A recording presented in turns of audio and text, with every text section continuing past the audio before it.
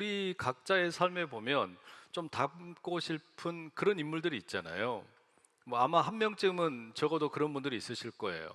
내 사업의 롤 모델, 내 학업의 롤 모델, 또는 내 신앙생활의 롤 모델, 아마 그런 분들 분명히 있을 겁니다. 그런데 오늘 본문에 보면 그런 어떤 모델에 대한 이야기를 소개를 하는데 조금 이상한 이야기가 나옵니다. 이게 뭔고 하니, 누군가를 본받고 싶은 사람이 자신의 모델이 누구다 이렇게 이야기하는 게 아니라 정반대예요. 바울이 고린도 교회 성도들에게 당신들의 모델이 나다 이렇게 이야기하는 겁니다. 내가 당신들 모델이다 자천하고 있는 겁니다. 16절 말씀 한번 같이 읽어보실게요. 시작. 그러므로 내가 너희에게 권하노니 너희는 나를 본받는 자가 되라. 여러분, 이거 얼핏 보면 어떻습니까? 자아 도취처럼 보여요. 자기 스스로에게 너무 심취해가지고 내가 아주 뛰어나니까 나만큼만 해, 뭐 이런 것처럼 느껴진단 말이에요. 그렇죠? 더욱이나 한국의 문화에서는 이처럼 뭐 나를 본받아라 이렇게 이야기하면 어떻습니까? 아주 건방진 사람으로 취급받기 쉽습니다. 그런데 사정을 알고 보면 또 꼭 그렇지는 않아요. 14절의 말씀에 이렇게 돼 있죠. 내가 너희를 부끄럽게 하려고 이것을 쓰는 것이 아니라 오직 너희를 내 사랑하는 자녀같이 구원하려 하는 것이라. 앞서 여러분 우리가 읽었던 1장에서 이 4장까지의 내용이 다 어떻습니까? 바울이 고린도 교회 성도들에 대해 꽤나 비판적입니다. 그죠?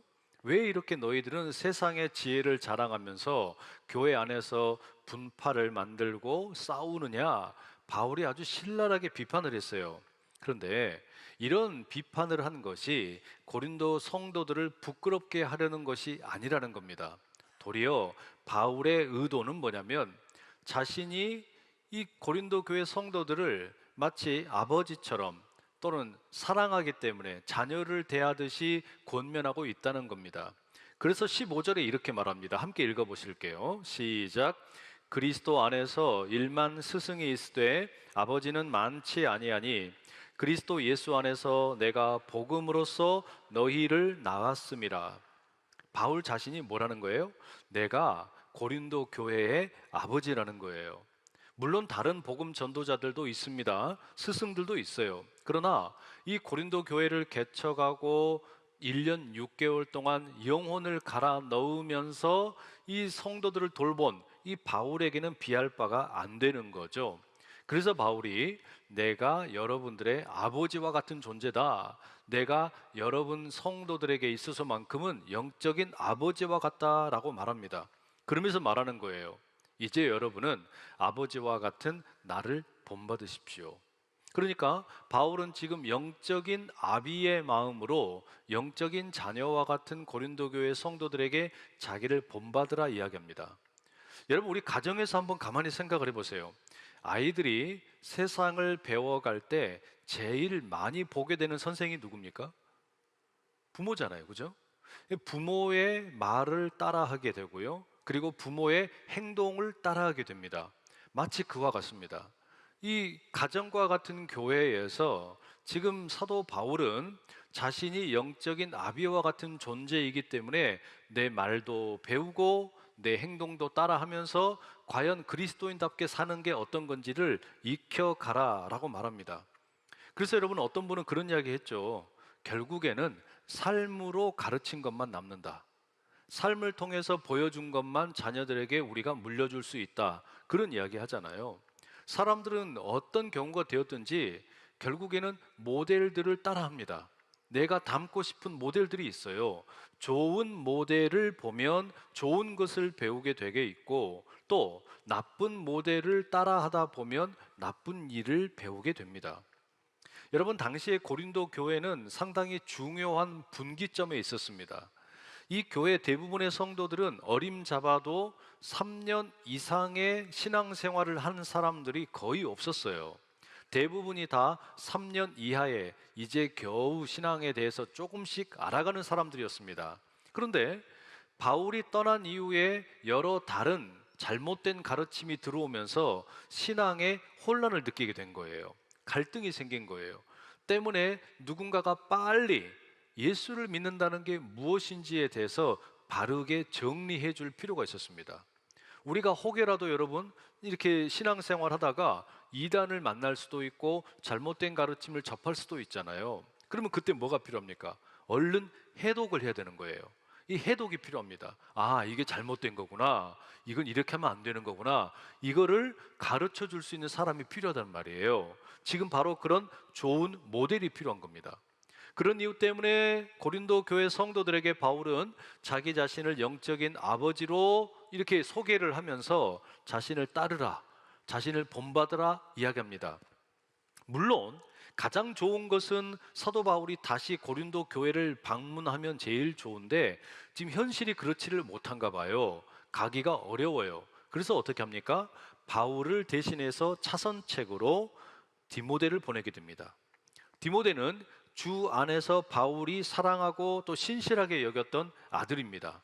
바울과 함께 여러 교회를 돌아다니면서 선교를 하고 또 복음을 전하는 것을 다 함께 경험했어요. 그래서 바울은 이 디모데를 아주 자신 있게 추천을 하는 겁니다. 디모데를 통해 그리스도인 된다는 게 어떤 것인지를 잘 익히십시오 권면하는 거예요. 여러분, 우리가 신앙생활만 그런 게 아니잖아요. 그죠? 우리의 삶의 사실 대부분의 모든 영역에 있어서 이 좋은 모델을 만난다라는 것은 참 큰 복입니다. 학창 시절에 좋은 선생님을 만난다는 거 너무너무 큰 복이잖아요. 말하자면 여러분, 우리는 뭐 하는 사람들입니까? 복음을 유통하는 사람들이에요. 복음을 전하고 또 복음을 우리가 다른 사람들에게 소개를 합니다. 그때 여러분, 우리가 이 복음을 전하는 일에 있어서 애플이 가지고 있었던 이런 생각들을 가만히 본받을 필요가 있습니다. 특별히 다음 주가 온 마음 전도 주일입니다. 우리가 복음을 열심히 전합니다. 태신자를 품고 그들에게 우리의 예수님을 소개하려고 한다는 말이에요. 자, 우리가 이 교회를 세상 가운데 어떻게 소개하면 좋겠습니까? 우리 교회 한번 와봐. 좋은 선물 줄게. 이렇게 자랑할 겁니까? 아니면 우리 교회 건물이 다른 교회 건물보다 훨씬 더 웅장하고 크다. 우리 교회는 주차장이 엄청나게 넓다. 이거 자랑할 겁니까? 아니면 우리 교회는 엘리베이터도 있고 에스컬레이터도 있다. 한번 와볼래? 이거 자랑할 겁니까? 아니면 우리 기독교 신앙이 불교나 이슬람교나 힌두교보다 훨씬 더 뛰어나다. 뭐 이런 걸 자랑할 겁니까? 아니에요. 물론 그런 것도 필요할 수 있어요. 하지만 궁극에 우리가 붙잡아야 될 핵심 전략이 뭐냐? 남들보다 우리가 더 뛰어나다, 더 빠르다, 더 멋지다, 뭐 이런 이야기를 할 게 아니고 다른 사람들과 비교할 게 아니라 우리가 가지고 있는 우리 본연의 색깔이 뭔지, 우리가 가지고 있는 제일 소중하게 생각하는 가치가 무엇인지 이걸 나눠야 된단 말이에요. 여러분, 우리가 가지고 있는 그 핵심이 뭡니까? 이를테면 이런 거잖아요. 우리는 세상이 우연히 만들어진 것이 아니라 하나님의 창조 작품임을 믿습니다. 우리는 우리 자신이 하나님의 형상을 따라 지음받았다라는 것을 믿어요. 우리는 죄와 사망을 제압하는 이 십자가와 부활의 능력을 믿는 겁니다. 우리는 예수님께서 병든 자를 고치시고 마음 상한 자 위로하시고 가난한 자를 부유하게 하실 것을 믿습니다. 우리는 이 땅에서는 눈물을 흘리면서 힘들게 살지라도 영원한 천국이 있다는 것을 믿는단 말이에요. 이게 우리가 가지고 있는 신앙의 고백입니다. 사도신경을 통해서 우리가 고백하는 내용들이에요. 그런데 문제는 이와 같은 핵심 가치, 사도신경의 내용들을 우리가 처음 만나는 사람들에게, 이제 아직 예수님을 모르는 사람들에게 그냥 소개할 수가 없어요. 그러면 그 사람들이 알아들을 수 있게 보편적인 가치로 바꿔줘야 됩니다. 이렇게 말하는 거예요. 우리는 예수 그리스도를 믿는 사람들이 세상을 더 좋은 곳으로 변화시킬 것을 믿습니다. 여러분, 우리가 믿는 게 그거 아닙니까? 우리가 믿는 게 뭐예요? 예수 믿는 사람들이 결국에는 이 세상을 더 좋은 곳으로 만들 걸 믿습니다. 스티브 잡스는 애플이 가지고 있는 핵심 가치를 열정이 있는 사람들이 세상을 더 나은 곳으로 만들 거라고 믿는다 그랬잖아요. 근데 여러분, 우리의 믿음은 다른 거예요. 우리는 예수 그리스도를 믿는 사람들이 결국에는 이 세상을 더 좋은 곳으로 바꿀 것이다. 여러분, 우리가 이걸 믿는 거예요. 그리고 여기서 멈추면 안 됩니다. 이와 같은 핵심 가치를 담아내는 구체적인 사례를 소개하면 돼요. 예를 들면 이런 거죠. 그래서 우리는 장애인과 비장애인이 함께 예배합니다. 그래서 우리는 이 사회에 저 타국에서 이주해 와 있는 이주민들과 함께 예배합니다. 그래서 우리는 소중한 영혼들, 특별히 어린 영혼들을 소중하게 생각합니다. 그래서 우리는 가정 같은 교회를 꿈꾸고 교회 같은 가정을 꿈꿉니다. 그래서 우리는 도시의 영성을 새롭게 하는 교회가 되려고 애를 씁니다. 그런 이야기를 우리가 들려주는 거란 말이에요. 그러면 여러분, 사람들이 안산제일교회가 어떤 곳인지 조금 알겠죠. 그리고 교회에 오시면 그분들에게 이제 뭐 하면 됩니까? 차근차근 십자가를 가르치고 부활을 가르치고 하나님의 창조를 가르치고 구원의 도리를 가르치면 되는 겁니다. 결국에 여러분, 우리의 삶에 어느 영역이 되었든 좋은 모델이 필요해요. 애플에게는 나이키를 본받으려고 애를 쓰는 일이 필요했고, 바울에게는 이 고린도 성도들을 향하여 자기를 본받으라고 권했습니다. 그럼 여러분, 우리 역시 애플을 따라하고 바울을 본받으면 그걸로 충분하겠습니까? 그렇지 않아요. 사실 여러분, 우리가 꼭 본받아야 할 분은 따로 있습니다. 예수 그리스도이시죠. 무슨 이야기인가 하면, 바울이 고린도 성도들에게 자기 자신을 아버지로 제시할 때, 이것은 여러분, 바울을 본받으라 라는 이야기, 아버지와 같은 나를 배우라 라는 그 이야기, 그 속에는 예수님을 본받으라는 메시지가 함께 담겨 있는 거예요.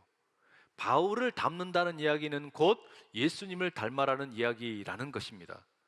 저는 여러분, 오늘 이 본문을 읽는데, 바울이 아버지라면 고린도 교회 성도들은 아들과 같은 거잖아요. 딸과 같은 거잖아요. 근데 이 관계가 꼭 마침 누가복음 15장에 나오는 탕자의 비유를 연상케 하더란 말이에요. 한 아버지와 두 아들의 관계 말입니다. 그 탕자의 비유 속에서 아버지가 어떻습니까? 이 못된 아들에게 무시당하고 모욕을 당합니다. 푸대접을 받습니다.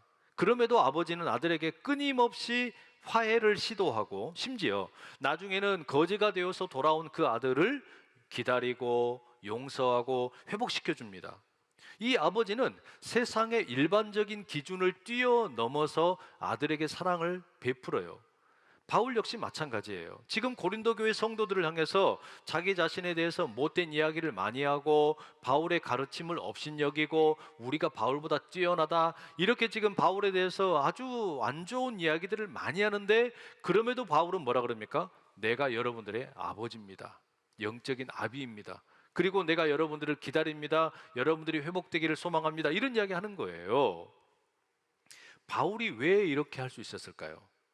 사실 바울이 여러분 이렇게 할 수 있었던 이유가 있습니다. 그건 뭐냐면 바울 자신이 탕자와 같은 삶을 살았기 때문이에요. 바울 자신이 고린도 교회 성도들과 별반 다르지 않았기 때문입니다. 무슨 이야기냐? 바울이 본래 사울로 살 때 그는 유대교를 신봉을 하는 그 열심이 너무 투철해서 예수 믿는 사람들을 잡아다 죽이고 감옥에 가두고 이런 열심이 아주 강했습니다.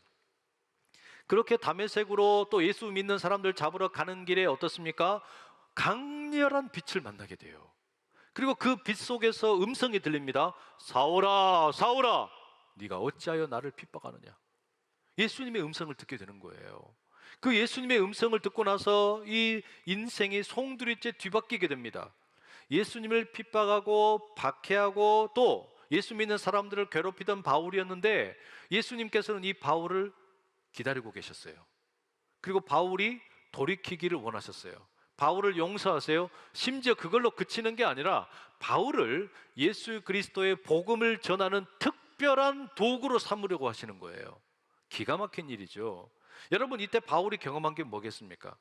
그 예수님의 십자가를 이해하게 되고 또 부활을 이해하게 되고 그 속에 담겨있는 뭘 보게 된 거냐면요, 하나님 아버지의 마음을 깨닫게 된 거예요. 하나님 아버지의 마음이 이런 거구나. 하나님께서는 예수 그리스도를 십자가에 내어주시기까지 죄인들을 기다리시고 죄인들을 용서하시고 죄인들을 회복시키기 원하시는구나. 그리고 내가 그 죄인 중에 괴수이구나, 이걸 깨달은 거예요. 그런 여러분, 이 바울에게는 지금 뭐가 들어오게 된 겁니까? 아버지의 마음이 쑥 들어오게 된 거예요. 자기 속에 그 아버지의 마음이 들어오게 된 겁니다. 그러니 바울이 고린도 교회 성도들을 대할 때 역시 어떻습니까? 아버지의 마음으로 이 성도들을 자녀로서 대하는 거예요. 이 고린도 교회 성도들이 속을 많이 썩입니다. 문제를 하도 많이 일으킵니다. 바울이 그렇게 열정을 쏟고 헌신을 하고 수고를 하고 고난을 당했는데, 그랬음에도 불구하고 아주 그냥 너무 자기를 멋대로 하는 거예요. 그럼에도 불구하고 지금 바울이 뭐 하는 거예요? 아버지의 마음을 가지고 이들을 기다리고 이들을 용서하고 이들을 회복시키기 원한다라는 말입니다. 그래서 바울이 고린도 성도들에게 나를 본받으라, 내가 여러분들의 아버지다, 내 인생에, 여러분의 인생에 나를 모델로 삼으라, 이렇게 이야기하는 것은 사실상 예수 그리스도를 닮으라는 이야기고, 그 속에 들어있는 또 다른 메시지가 뭐냐? 여러분들 속에 아버지의 마음이 임하기를 원합니다. 여러분들 속에 아버지의 마음이 임하기를 원합니다. 그 이야기하는 거예요. 여러분, 이건 우리도 마찬가지예요. 신앙생활을 하는데 우리에게 꼭 필요한 게 뭐냐면요, 아버지의 마음을 갖는 거예요. 하나님 아버지의 마음. 우리가 신앙생활하면서 예수님이 나를 구원하시고 내 죄를 용서해 주시고 나를 깨끗하게 하시고 정결케 하시고 병을 낫게 해주시고 이런 것을 내가 다 믿습니다. 우리가 다 믿는단 말이에요. 그런데 결국에 여러분, 그것보다 한 걸음 더 나가면 뭐가 돼야 되는 거냐면, 내가 더 좋은 사람이 될 걸 믿습니다. 이걸 믿어야 돼요. 내 안에 아버지의 마음이 들어와서 내가 새로워질 것을 믿습니다. 내가 더 넉넉한 사람이 될 것을 믿습니다. 이걸 믿어야 된다는 말이에요. 그러지 못하면 어떻습니까? 그 아버지의 마음이 우리 안에 들어오지를 않으면 늘 신앙생활을 하면서도 언제나 어린아이의 수준에 머물러 있게 돼요. 젖밖에 못 먹는 거예요. 딱딱한 음식을 먹지를 못하는 거예요. 그래서 오늘 본문 마지막 20절에 보면 바울이 이렇게 말합니다. 함께 읽어보시겠습니다. 시작. 하나님의 나라는 말에 있지 아니하고 오직 능력에 있습니다. 하나님의 나라라고 하는 것은 말에 있지 않다. 여러분, 이것은 그 고린도 교회 성도들 가운데 일부분의 사람들이 아주 그냥 허세가 심했어요. 허풍이 심한 겁니다. 그래서 아주 교만해가지고 자신들이 영적으로 대단히 뛰어나고 또 바울보다 우리가 더 낫다라고 이야기하는 사람들이 있었습니다. 바울이 그래서 말하는 거예요. 하나님의 나라가 말에 있는 게 아니다. 하나님의 나라가 허풍에 있는 게 아니다. 오만함이나 교만함에 있는 게 아니다. 그래서 말로 다른 사람을 괴롭히고 허세를 부리고 오만하게 까불고 남들을 짓밟는 거, 그게 하나님의 나라가 아니다. 오히려 하나님의 나라는 뭐냐? 능력에 있다라고 이야기하는 거예요. 하나님의 나라는 능력에 있다. 이게 여러분 무슨 능력이겠습니까? 바울이 이야기하는 지금 이 하나님 나라에 능력이 있다. 하나님의 나라는 말이 아니라 능력이 있다라는 그 능력은 뭐냐면 다른 게 아니고 아버지의 마음을 품는 능력입니다. 아버지의 마음을 품는 능력이에요. 그게 아버지의 마음을 품게 되면 무슨 일이 생기는 겁니까? 하나님께서 다스리시는 나라를 경험해 놓고 보니까 예수님이 십자가에 달리시기까지 우리 하나님 아버지께서 나를 기다려 주신 거예요. 나를 용서해 주신 거예요. 그리고 나를 회복시켜 주시는 거예요. 이게 하나님 나라의 능력이에요.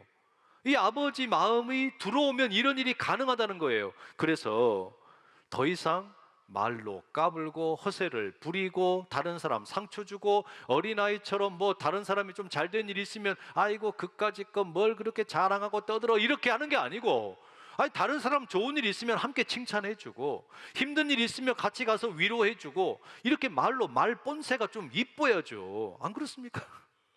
그러잖아요. 근데 왜 그렇게 못하냐 이거예요. 아버지 마음이 없기 때문에 그래요. 자식이 잘 되면 부모는 무조건 그냥 좋은 거잖아요. 그러니까 내게 아버지 마음이 들어온다라는 것은 부모의 마음을 갖추는 겁니다. 다른 사람의 잘 되는 것이 되었든 어려운 것이 되었든 그게 그냥 마치 내 자녀가 잘 되고 어려운 일을 겪는 것처럼 함께 아파하고 함께 울어주고 함께 기뻐해 주는 거예요. 그게 아버지 마음이란 말이에요.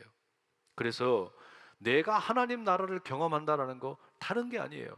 내 속에 하나님의 아버지의 마음이 들어오는 건 줄로 믿습니다. 하나님 아버지의 마음이 우리 속에 들어오게 될 때 비로소 건강한 신앙생활이 자라가기 시작을 하는 거예요. 그러니까 여러분, 이 신앙생활도 우리의 기본적인 성품과 참 관련이 깊어요. 그러니까 내가 예수 믿기 전에 본래 성품이 좀 이렇게 바른 사람들은 예수를 믿어도 훨씬 그 성품이 막 빛을 발합니다. 그런데 성품이 좀 준비가 잘 안 돼 있는 사람들은 예수를 믿어도 이 성품이 잘 안 바뀌는 경우가 있어요. 그런 분들일수록 더 뭐 해야 됩니까? 철저하게 더 구해야 되는 거예요. 하나님, 내게 아버지 마음 좀 주세요. 내게 아버지 마음 좀 주세요. 내 입에서 나오는 말이 칼이 되지 않게 해주시고, 비판적으로 다른 사람 짓밟는 말 되지 않게 하시고, 또 허세 부리지 않게 하시고, 그저 하나님 앞에 주님께서 나를 살리시기 위해서 품으셨던 그 넉넉한 마음 내게도 부어주십시오. 주님 마음 내게 부어주십시오. 여러분, 이거란 말이에요. 우리가 신앙생활을 하면 할수록 이 아버지의 마음이 넉넉히 들어올 수 있기를 간절히 축복합니다. 바울이 고린도 교회 성도들에게 지금 그걸 이야기하고 있는 거란 말이죠.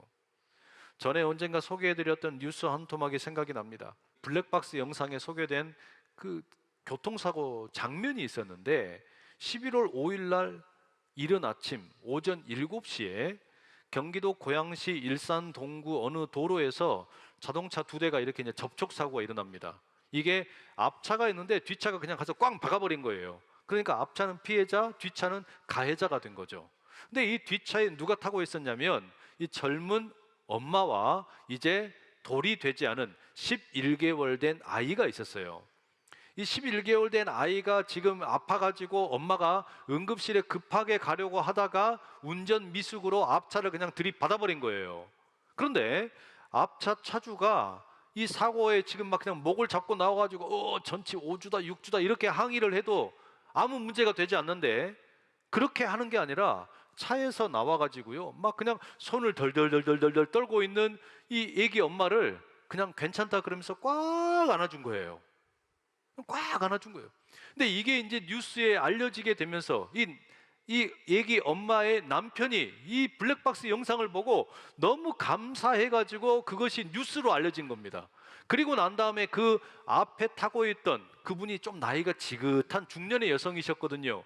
이분을 방송사에서 찾아가가지고 인터뷰를 했습니다. 아니, 도대체 왜 이렇게 가해자를 꽉 안아주셨어요? 왜 그렇게 불편한 이야기를 한 게 아니라 그렇게 안아준 이유가 뭡니까? 그랬더니 뭐라 그러냐면, 그 나의 차를 들이받은 그 뒷차의 운전자를 보니까 꼭 자기 딸 같더라는 거예요. 본인의 딸 같은 거예요. 그래서 지금 손주 같은 아이를 병원에 데리고 가려고 하다가 사고를 내가지고 어찌할 바를 몰라서 그냥 막 손을 덜덜덜덜 떨고 있는 모습이 너무 안쓰러워서 친정 엄마와 같은 마음으로 그 여인을 안아줬다는 거예요. 참 귀하다는 생각이 들더라고요. 그 앞차에 운전을 하고 있던 여성분이 교회를 다니는 분인지 아닌지는 모르겠어요. 그러나 저는 그런 생각이 듭니다. 한 가지 확실한 거, 이 여인은 아버지의 마음이 있는 거구나. 그 마음에 아버지의 넉넉한 마음이 있는 거구나. 여러분, 얼마든지 불평할 수 있는 상황이잖아요. 아니, 바빠 죽겠는데 왜 들이받아가지고 내 이 소중한 시간을 할애하게 만드냐 따질 수도 있잖아요. 그런데 여러분 어떻습니까? 그 여인을 그냥 꽉 안아주면서 따뜻하게 품어주고, 그 사고, 차량에 다치는 것보다, 내가 몸에 다치는 것보다 상대방을 더 배려하는 그 마음이 얼마나 귀합니까? 우리 기독교 신앙의 핵심 가치가 뭐냐? 앞서 말씀드린 것처럼 저는 그렇게 믿어요. 우리는 예수 그리스도를 믿는 사람들이 세상을 더 좋은 곳으로 변화시킬 것을 믿는다. 예수 믿는 사람이 결국에 이 세상을 더 좋은 곳으로 변화시킬 것이다. 우리 그걸 믿는단 말이에요. 왜냐? 우리가 날마다 예수 그리스도를 통해 하나님 아버지의 마음을 배우게 되기 때문입니다. 그래서 우리는 우리가 사는 세상이 조금이라도 더 좋은 곳이 되기를 갈망합니다. 장애인이 차별당하지 않으면서 비장애인과 함께 행복하게 살아가는 그런 세상, 다시는 세월호 사고와 같은 비극적인 일이 일어나지 않는 그런 세상, 답답한 마음 그냥 시원하게 털어놓을 수 있는 그런 위로와 평안을 누릴 수 있는 그런 세상, 여러분, 바로 그런 세상을 우리 주님께서 원하시고 또 우리가 함께 힘을 합해 만들어 가야 할 우리의 세상인 줄로 믿습니다. 인생에는 좋은 모델이 필요합니다. 예수 그리스도는 우리에게 최고의 모델이 되십니다. 그분을 만나면 우리 마음에 아버지의 마음이 들어와요. 그러면 이제 우리가 힘을 합해 이 세상을 더 좋은 곳으로 만들어 갈 수 있는 줄로 믿습니다.